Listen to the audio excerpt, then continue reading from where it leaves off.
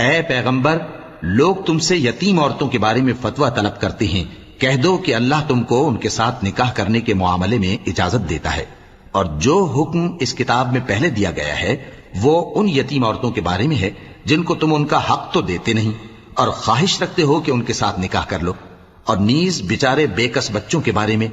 اور یہ بھی حکم دیتا ہے کہ یتیموں کے بارے میں انصاف پر قائم رہو، اور جو بھلائی تم کرو گے تو بے شک اللہ اس کو جانتا ہے۔ اور اگر کسی عورت کو اپنے خاوند کی طرف سے زیادتی یا بے رخی کا اندیشہ ہو تو میاں بیوی پر کچھ گناہ نہیں کہ آپس میں کسی قرارداد پر صلح کر لیں، اور صلح خوب چیز ہے، اور طبیعتیں تو خود غرضی کی طرف مائل ہوتی ہی ہیں، اور اگر تم نیکوکاری اور پرہیزگاری کرو گے تو اللہ تمہارے سب کاموں سے واقف ہے، اور تم خواہ کتنا ہی چاہو بیویوں میں ہرگز عدل نہیں کر سکو گے،